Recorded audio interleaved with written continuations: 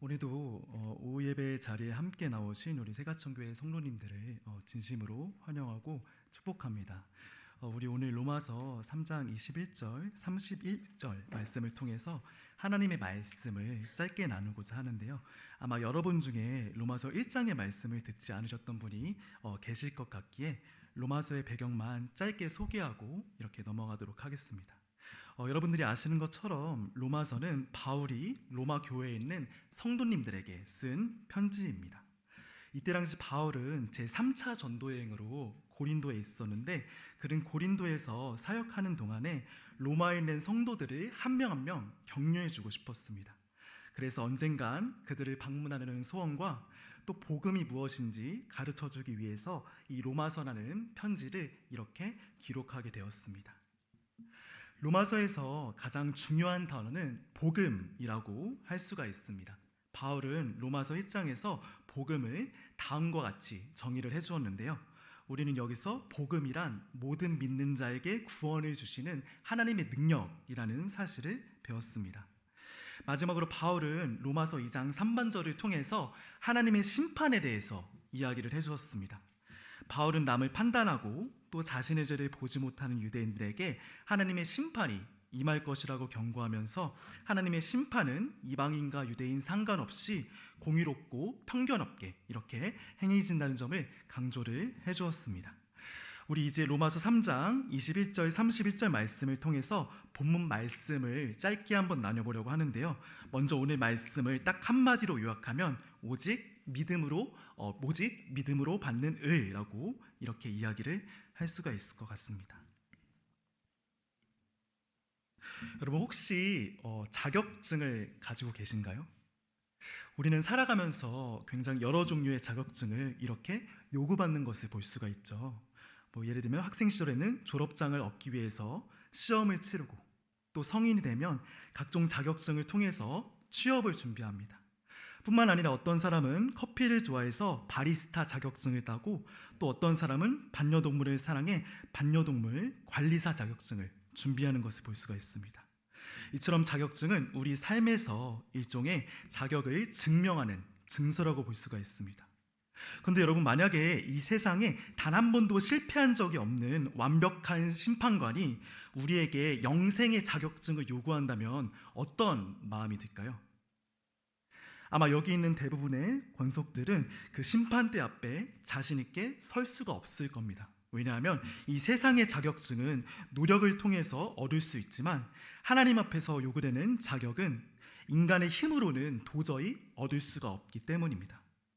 그런데 여러분, 오늘 로마서 3장의 말씀에서는 우리가 아무런 자격이 없음에도 불구하고 하나님께서 우리에게 이 자격증을 선물로 주셨다고 밝히 말해주고 있습니다. 여러분, 도대체 이 자격증이 도대체 무엇이길래 하나님께서 우리에게 이 놀라운 선물을 주셨을까요? 우리 본문 말씀을 통해서 한번 짧게 살펴보도록 하겠습니다.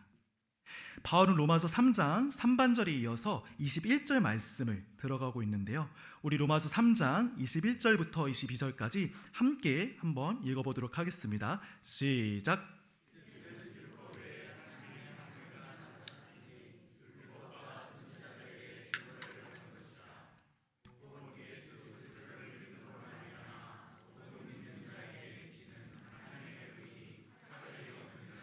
아멘. 바울은 로마서 3장 3반절에 이어서 다음과 같은 사실을 이렇게 기록을 해주었는데요. 그것은 무엇입니까? 바로 하나님의 의는 오직 믿음으로 말미암아 주어진다는 사실입니다. 구약시대 유대인들은 하나님이 제정하신 율법을 지켜야지 하나님 앞에 의롭다고 인정을 받을 수 있을 거라고 이렇게 생각을 했습니다. 그래서 그들은 하나님이 주신 10계명의 조항들을 비롯해서 수많은 율법 조항들로 하나님께 나아가려고 했습니다. 하지만 문제가 있었습니다. 그것은 바로 어떤 사람도 이 율법을 완벽하게 지킬 수가 없었다는 겁니다. 그들이 존경했던 모세도 위대한 선지자 엘리야도 이 율법 앞에 모두 다 실패하게 되었습니다. 그런데 안타깝게도 이스라엘의 지도자들은 이 사실을 전혀 알지 못했습니다. 그래서 그들은 하나님께 받아들여지기 위해서 끊임없이 율법을 통해서 하나님께 나아갔습니다. 마치 자격증을 따야지 취업을 할 수 있다고 믿는 사람처럼 이들도 마찬가지로 그렇게 생각한 거죠. 하지만 여러분, 하나님께서 이런 유대인들을 이렇게 잘 받아주셨을까요? 그렇지 않습니다. 하나님께서는 이 유대인들을 거부하셨습니다. 여러분, 오늘날 우리 사회에서는 자격이나 조건을 기준으로 한 사람을 평가하려고 합니다. 실제로 한 청년이 회사에 입사하기 위해서는 학력, 경력, 자격증 등등 여러 가지 스펙들이 필요합니다. 만약 이 중에서 하나라도 누락이 되면 면접은커녕 서류 전형조차 통과하기가 매우 어렵습니다. 그래서 많은 사람들이 이러한 현실 속에서 자신을 증명하기 위해서 애를 씁니다. 그런데 여러분, 이런 자격 중심의 사고가 우리 신앙생활에도 은밀히 스며든다는 사실을 혹시 알고 계십니까? 예전에 제가 다녔던 교회 집사님은 저에게 이런 말씀을 하셨습니다. 얘야, 우리가 하나님께 복을 받기 위해서는 교회 생활을 굉장히 열심히 해야 한단다. 그러니까 너도 예배에 빠지지 말고 봉사도 열심히 해가지고 하나님 앞에 복을 아주 듬뿍 받도록 해라. 저는 처음에 그 말씀을 들었을 때 네, 알겠습니다 라고 아주 정중히 대답했습니다. 그런데 속으로는 하나님도 우리가 잘하면 복을 주고 못하면 벌을 주시는 그런 옹졸한 신인가 보다라고 이렇게 의문을 가지게 되었습니다. 여러분, 하나님은 그분의 진노를 그리스도에게 모두 쏟아내셨기 때문에 우리의 과거와 현재와 미래의 죄값을 전혀 요구하시지 않습니다. 지금 우리에게 주어진 모든 복들은 하나님의 전적인 은혜이지 우리의 노력 때문에 주어진 것이 전혀 아니라는 겁니다. 그런데 여전히 많은 사람들은 하나님 앞에 어떤 열심이 있어야지 그분께 복을 받을 수 있을 거라고 생각을 합니다. 마치 신앙생활에서 이력을 채워야지 하나님께서 나를 더 사랑해 주신다고 생각하는 것과 같습니다. 그렇지만 여러분, 하나님께서 이런 섬김을 기뻐하실까요? 그렇지 않습니다. 그분은 오히려 안타깝게 여기실 것 같습니다. 여러분, 우리가 예배를 드리고 봉사하는 것은 하나님 앞에 굉장히 귀한 일입니다. 하지만 이것이 하나님 앞에 우리를 더 사랑받게 만들기 위한 조건이 된다면 이것은 복음의 본질에서 벗어난 것이라고 볼 수 있습니다. 여러분, 하나님은 우리가 더 많이 예배하고 더 열심히 봉사한다고 해서 우리에게 더 많은 사랑을 주시는 분이 아닙니다. 그분은 이미 예수 그리스도 안에서 가장 크고 완전한 사랑을 주셨기 때문에 우리에게 아무것도 요구하시지 않습니다. 그렇기 때문에 여러분, 우리 여태까지 하나님 앞에서 자격을 증명하기 위해서 아둥바둥 살아갔다면 앞으로는 오직 믿음을 통해서만 그분께 나아가는 여러분 되시기를 주님의 이름으로 소원합니다. 사도 바울은 로마서 3장 21절 22절을 통해 율법 외에 하나님의 한 의가 나타났다고 이렇게 말을 해주었는데요. 그렇다면 여러분, 이 의는 구체적으로 어떻게 주어진 것일까요? 우리 오늘 말씀 23절부터 26절까지 우리 여러분들만 함께 한번 읽어보도록 하겠습니다. 시작.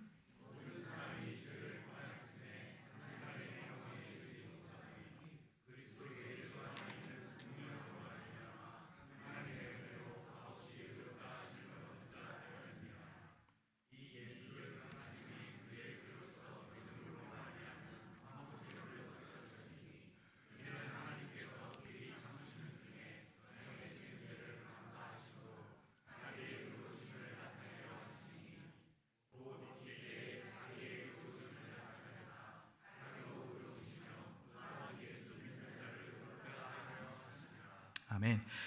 바울은 앞에서 하나님의 의가 율법 외에 예수 그리스도를 통해서 나타났다고 말을 해주고 있는데요. 이제 그 의가 우리에게 어떻게 주어졌습니까? 바로 하나님의 은혜를 통해서 주어졌습니다. 아담 이후에 모든 사람은 거룩하신 하나님 앞에 죄를 범했습니다. 이제 우리가 이 의로우신 하나님과 교제하기 위해서는 완전한 그런 의로움이 필요합니다. 그러나 이 땅에 있는 어떤 사람도 이런 완벽한 인생을 살아가지 못했습니다. 우리는 모두 말로, 마음으로, 또 행동으로 수없이 많은 죄를 지으면서 살아왔습니다. 그렇다면 여러분, 우리는 어떻게 해야 될까요? 우리는 어떻게 해야지 하나님 앞에 의롭다고 인정을 받을 수 있을까요? 그것은 바로 예수 그리스도 안에 있는 속량을 통해서 우리는 의롭다고 인정을 받을 수가 있습니다. 여러분, 혹시 속량이라는 단어를 들어보신 적이 있으신가요? 여기에서 나오는 속량이라는 단어는 고대 사회에서 노예가 자유를 얻기 위해서 지불해야 했던 그런 몸값을 의미합니다. 구약시대 이스라엘에는 어떤 사람이 빚을 갚지 못해서 종이 되었을 때 그 사람의 가족이 대신 값을 내주고 그 사람의 자유를 이렇게 얻게 해주었습니다. 성경에서는 이 제도를 고엘이라고 불렀고 신약에서는 이 단어를 속량이라고 불렀는데요. 오늘 예수님께서는 우리를 위해서 이 속량의 값을 직접 지불해 주셨다고 말을 해주고 있습니다. 왜냐하면 우리 스스로 이 죄의 빚을 절대로 감당할 수가 없기 때문입니다. 여러분 혹시 거액의 빚을 이렇게 져보신 적이 있습니까? 얼마 전 미국에서 한 여성이 약 37만 달러, 우리 돈으로 약 5억 원에 가까운 학자금 빚을 지게 되었다는 소식이 이렇게 전해지게 되었습니다. 아마 우리 과천에 사시는 성도님들 중에는 5억이 뭐 대수냐라고 하시는 분도 계실 것 같지만 그녀에게 이 금액은 도저히 감당할 수가 없는 너무나 큰 그런 금액이었습니다. 하루는 그녀가 늘 그렇듯 우울한 마음으로 출근 준비를 하고 있었습니다. 그런데 그녀는 이메일을 확인하다가 아주 뜻밖의 소식을 접하게 됩니다. 여러분 이 여자에게 어떤 이메일이 왔을까요? 바로 미국 정부의 새로운 학자금 정책에 따라서 그녀의 모든 학자금 대출이 전액 탕감이 되었다는 그런 아주 기쁜 소식이었습니다. 처음에 그녀는 이 믿을 수 없는 소식에 수차례나 이메일을 다시 한번 확인했습니다. 그런데 마침내 그녀의 모든 빚이 사라졌다는 사실을 확인하는 순간 그녀는 감격에 차서 눈물을 흘렸습니다. 그녀의 인생에 속량이라는 단어가 실제로 적용되었던 그런 순간이었죠. 여러분 오늘 우리는 이 여자보다 더 갚을 수 없는 죄의 빚을 지은 사람들이었습니다. 우리가 아무리 선하게 살고 또 열심히 종교 생활을 해도 하나님 앞에 우리의 죄값을 스스로 지불할 수는 없습니다. 그런데 여러분 오늘 우리를 대신해서 이 죄의 빚을 갚아주신 분이 우리를 기다리고 계십니다. 그리고 그분은 지금 이 순간에도 우리 한 사람 한 사람을 향해서 손을 내밀고 계십니다. 여러분 이분이 누구실까요? 맞습니다. 바로 예수 그리스도이십니다. 사랑하는 여러분, 우리는 더 이상 죄의 빚에 눌려서 살아가는 인생들이 아닙니다. 예수님께서는 우리의 죄값을 온전히 치르셨고 그 사랑은 지금도 변함이 없습니다. 그렇기 때문에 우리 여태까지 스스로 빚진 마음으로 억지로 아둥바둥 신앙생활을 했다면 이제는 탕감을 입은 자로 살아가시기를, 자유롭게 살아가시기를 주님의 이름으로 소원합니다. 바울은 앞절에서 하나님의 의가 예수 그리스도의 은혜로 우리에게 주어졌다고 말을 합니다. 그렇다면 이제 주님의 은혜를 받은 우리는 어떻게 살아가야 될까요? 우리 27절 말씀을 한번 읽어보겠습니다. 시작.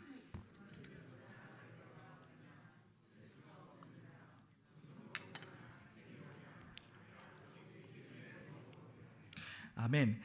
바울은 예수 그리스도의 은혜를 받은 이후 다음과 같이 살아가야 한다고 말을 해주고 있는데요.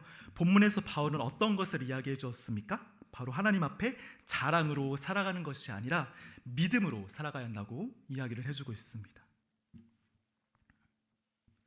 여러분, 우리 인간은 본성적으로 자기를 내세우는 것을 굉장히 좋아합니다. 특별히 우리 동창회에 나가면 오랜만에 만난 친구들과 어떤 이야기를 주고받습니까? 다들 경쟁하듯 자기 직업과 연봉과 차 이야기가 오가는 것을 볼 수가 있습니다. 이뿐만이 아니죠. 요즘 인스타그램이나 페이스북 등은 대표적인 자기 자랑의 무대입니다. 마치 자신의 삶이 얼마나 빛나는지, 얼마나 성공적인지 편집된 장면만 모아놓은 것 같습니다. 물론 여러분, 우리가 좋은 소식을 다른 사람들과 함께 나누는 것은 전혀 잘못된 것이 아닙니다. 그런데 문제는 우리가 끊임없이 남보다 더 나아 보이기 위해서 애를 쓴다는 데 있습니다. 여러분, 오늘 바울은 우리가 자랑하지 말아야 할 뿐만이 아니라 주님 앞에 자랑할 때가 아무것도 없다고 이야기를 합니다. 왜 여러분 바울은 이런 이야기를 해주었을까요? 바로 우리에게 주어진 모든 것이 다 하나님의 은혜로 주어졌기 때문입니다. 여러분, 우리는 신앙생활을 하면서 가끔씩 착각에 빠지는 것 같습니다. 마치 구원뿐만이 아니라 우리가 가진 모든 것이 다 내 능력으로 얻어지는 것처럼 말이죠. 그러나 신약성경 야고보에서는 무엇이라고 말합니까? 모든 좋은 은사와 온전한 선물이 다 하늘 아버지로부터 내려왔다고 이야기를 합니다. 마찬가지로 고린도전서에서는 뭐라고 말하죠? 우리가 가진 것 중에서 하나님 밖에로부터 온 것이 아무것도 없다고 이야기를 해줍니다. 이것은 우리의 자랑이 하나님 앞에서 철저히 무의미하다는 사실을 분명하게 보여주는 것이죠. 그렇습니다, 여러분. 우리 가진 모든 것은 우리의 힘이 아니라 다 하나님께로부터 온 것입니다. 그렇기 때문에 우리는 다른 사람 앞에서 내가 가진 것을 절대로 자랑해서는 안 됩니다. 왜냐하면 우리에게 주어진 모든 것은 내가 잘나서가 아니라 모두 다 하나님께로부터 온 선물이고, 이 선물은 모두 다 예수 그리스도를 통해서 주어졌기 때문입니다. 사랑하는 여러분, 우리 이 시간 여태까지 내가 가진 것들에 대해서 이렇게 은밀하게 자랑했다면 다시 한번 오직 예수님만을 자랑하시는 여러분 되시기를 주님의 이름으로 소원합니다. 바울은 하나님 앞에서 자랑이 아닌 믿음으로 살아가야 한다고 이렇게 이야기를 해주었습니다. 그렇다면 믿음으로 살아가는 것은 과연 구체적으로 어떤 삶일까요? 우리 마지막으로 28절부터 31절을 우리 여러분들만 한번 읽어보도록 하겠습니다. 시작.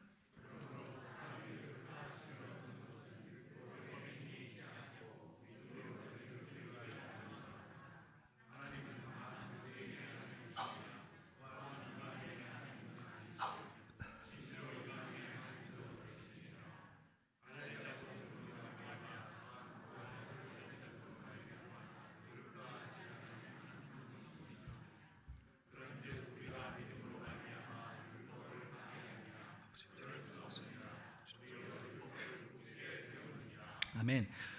바울은 앞절에 이어서 다음과 같은 가르침들을 우리에게 제시해주고 있는데요. 바울은 여기서 무엇을 가르치죠? 바로 믿음을 통해서 율법을 파기하지 않고 굳건하게 이렇게 세운다는 겁니다. 바울이 복음을 전하고 난 후 유대인 그리스도인들과 이방인 그리스도인 사이에 심각한 오해가 생겼습니다.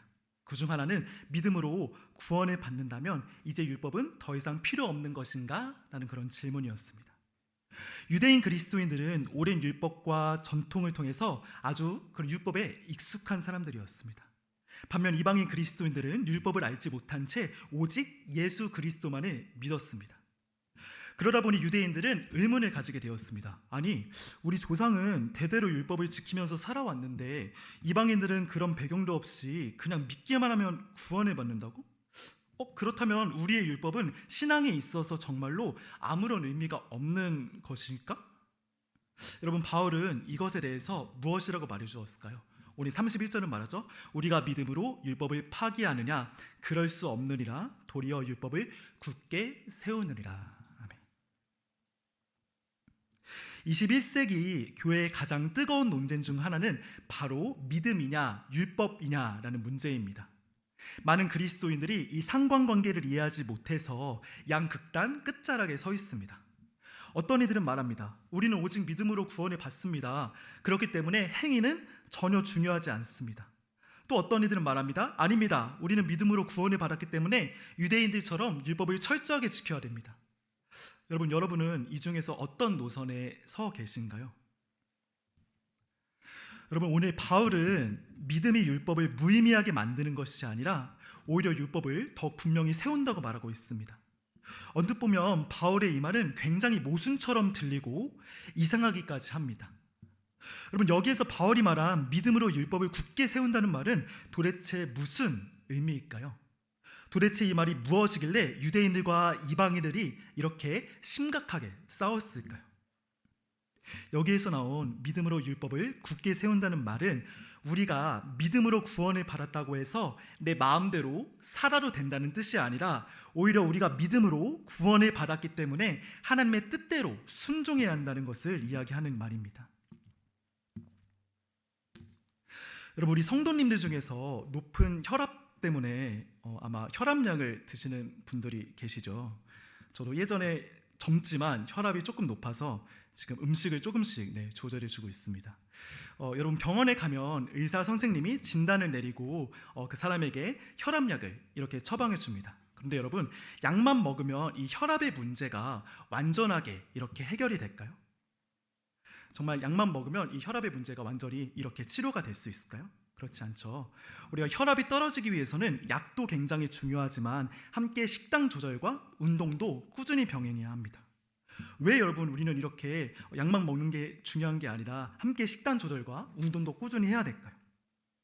왜냐하면 약은 문제를 그냥 조절해주는 도구이지 이것만으로 완전한 회복이 이루어지지 않기 때문입니다. 오히려 약을 처방받은 사람일수록 더욱 조심하고 더 책임감 있게 자신의 몸을 관리해야 합니다. 여러분, 이것처럼 믿음도 마찬가지입니다. 우리가 예수님을 믿고 구원을 받았다는 것은 굉장히 감사한 일입니다. 하지만 이 믿음은 우리로 하여금 반드시 책임을 동반합니다. 마치 혈압약을 받았다고 해서 아무렇게나 먹고 이렇게 자는 것이 아닌 것처럼 믿음도 내 마음대로 살아가도 된다는 면허증이 아니라는 겁니다. 그렇기 때문에 여러분, 우리는 예수님을 믿고 구원받았다고 해서 방종하면서 살아가서는 안 됩니다. 예수님은 우리에게 구원만 주신 것이 아니라 하나님의 자녀답게 살아가라고 우리를 부르셨습니다. 따라서 우리 여태까지 예수님을 믿으면서 그분과 전혀 무관하게 살아갔다면 이 시간을 통해서 살아있는 믿음으로 살아가시는 여러분 한 분 한 분 되시기를 주님의 이름으로 소원합니다. 여러분, 오늘 우리는 로마서 3장 21절 31절 말씀을 통해서 오직 믿음으로 얻는 의라는 주제로 하나님의 말씀을 묵상했습니다. 우리 이제 이 말씀을 짧게 생각해 보면서 믿음이 없는 자는 믿음을, 또 소망이 없는 자에게 소망을 달라고 아주 잠깐 기도하는 시간을 짧게 잠깐 가지도록 하겠습니다. 잠깐 기도하시겠습니다. 거룩하신 아버지 하나님, 오늘도 주님의 은혜를 통해서 저희 이 자리에 모이게 하시고 또 하나님 아버지 로마서의 말씀